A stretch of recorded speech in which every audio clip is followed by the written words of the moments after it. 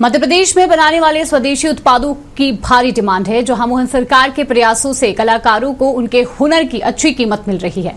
संवाददाता सरस्वती चंद्र ने मध्य प्रदेश में बन रहे पारंपरिक उत्पादों के बारे में जानकारी दी है और कलाकारों से बातचीत की है। आइए आपको बताते हैं।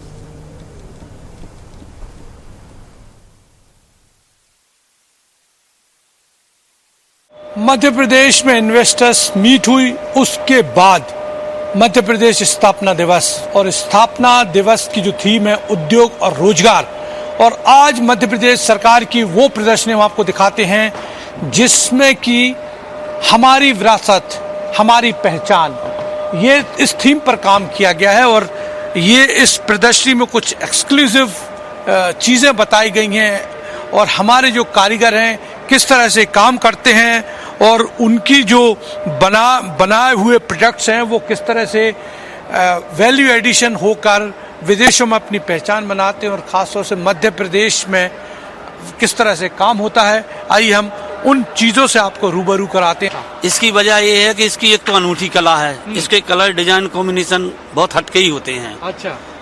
और ये समझ लो ये नाम से ही बिकती है ये। अच्छा। और इसका ये बहुत लाइट वेट होती है। हाँ। और हम कारीगर लोग इस साड़ी पर कोई भी डिजाइन बना सकते हैं। अच्छा। जैसे आप पेड़ बनवा लो, किसी इंसान की तस्वीर बनवा लो, कोई बिल्डिंग बनवा लो, कुछ भी बनवा लो, हम वीविंग में बना देंगे उसको। बहुत बारीक काम है जैसा कि बताया। इस काम में मेहनत लगती है। यार ये साड़ी आप एक महीने में साड़ी बन के तैयार होती है जी। चलिए ये साड़ी जो है डिस्प्ले में है, इसको बताते हैं।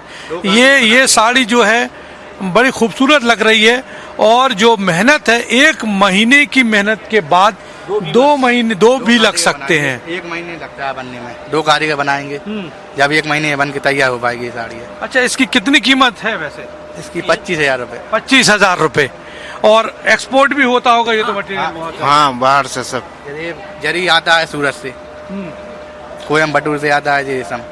अच्छा। मसला अलग अलग राज्यों से आता है इसका माल, अलग अलग राज्यों से आता है। ओनली बनता है चंदेरी में जितना जो मटेरियल लगता है वो पूरा बाहर से आता है। बाहर से। जैसे रेशम है, रेशम अपना चाइना से आता है, बेंगलोर। अच्छा। बेंगलोर से सब में हमारे यहाँ आता है। इसका जो बॉर्डर बनता है जरी का वो हमारा गुजरात सूरत से आता है, वो और कहीं नहीं बनेगा। अच्छा। लोगों ने प्रयास भी किया लेकिन उन्होंने नहीं बना पाई। अच्छा। इसलिए गुजरात में ही बनेगा। इसका जो कॉटन होता है ये अपना तमिलनाडु कोयम्बटूर से आता है। चंदेरी में केवल साड़ी बनाई जाती है, मटेरियल सारा बाहर से आता है। प्रधान गोंड आर्ट पेंटिंग है। प्रधान गोंड जी। तो इसमें क्या विशेषता, क्या बताती हो आप लोग? हम इसमें चिड़िया भी बनाते हैं, हिरन बनाते हैं। अच्छा जी। मतलब प्रकृति से जुड़े और प्रकृति से जुड़े हैं। हाँ, जानवर जो है, जानवर ये जी। आप भी करते हैं पेंटिंग ना? हाँ सर, मैं भी करता हूँ। और ये प्रधान गोंड आर्ट है, ये जिसकी शुरुआत जो है हमारे जो स्वर्गीय जनगण सिंह श्याम द्वारा किया गया था इस आर्ट की शुरुआत। और मेरे मम्मी पापा भी मैंने जो है अपनी मम्मी पापा से सीखा है। जो मेरी मम्मी है श्रीमती दुर्गाबाई व्याम, जो पद्मश्री हैं इसी आर्ट में। जी। अच्छा, आप बच्चों को भी सिखा रहे हैं? हाँ सर, बच्चों को भी सिखा रहे हैं। मेरे बच्चों को भी काफ़ी इंटरेस्ट है।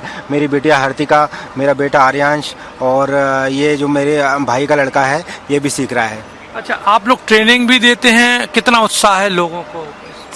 बहुत खुशी होती है उन लोग को। और हम जब स्कूल कॉलेज में जाते हैं तो उनको इतना अच्छा लगता है सीख कर हमारे स्टाइल को सीखने में और गोंड आर्ट को सीखने में, कलरफुल काम करने में उनको बहुत अच्छा लगता है बच्चों को। अच्छा, इसमें आप प्रकृति से जुड़े हुए जैसे जानवर हैं, अलग अलग पेड़ पौधे, क्या क्या इसमें फोकस रहता है बेसिकली? इसमें मैं अपने चित्रों में हमेशा ही प्रकृति के ऊपर ही बनाता हूं और मेरी जो पेंटिंग रही है इमेजिनेशन पे रहती है। जैसे कि कोई मैं पेड़ देखता हूं तो उसमें मुझे कई प्रकार की जो शक्ल नज़र आती हैं, जड़ों में जंगली जानवरों के शक्ल नज़र आती हैं, उन चीज़ों को मैं चित्रों में दर्शाता हूँ। कितनी डिमांड है इसकी? सर, देश विदेश में बहुत डिमांड है। यहाँ भी जो समझते हैं आर्ट को वो बहुत ही मांग करते हैं इस आर्ट को, हमें ऑर्डर देते हैं। ये थोड़ा सा नज़र डालें, ये हमें बताएंगे कि इसमें क्या विशेषता है। ये गोंड पेंटिंग है। जी सर। ये मैंने अपने मामा जी के बारे में बनाया है, जिनने इस कला की शुरुआत की है। इस कला की शुरुआत जो है स्वर्गीय जनगण सिंह श्याम जी के द्वारा किया गया है, और ये मेरे मामा जी हैं जो मैंने बनाया है। ये मेरे मामा जी हैं, उनके पास ये काइनेटिक एक्टिवा हुआ करती थी उस टाइम।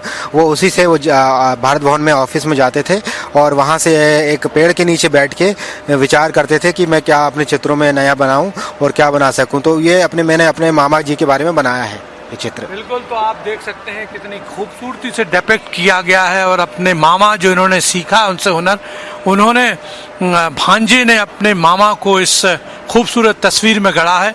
आप देख सकते हैं बड़ी खूबसूरत तरीके से बनाया हुआ है। पराली फसल अवशेष आजकल बहुत ज्यादा चल रहा है कि किसान जो है उसका जो उत्पाद होता है उसके बाद जो वेस्ट प्रोडक्ट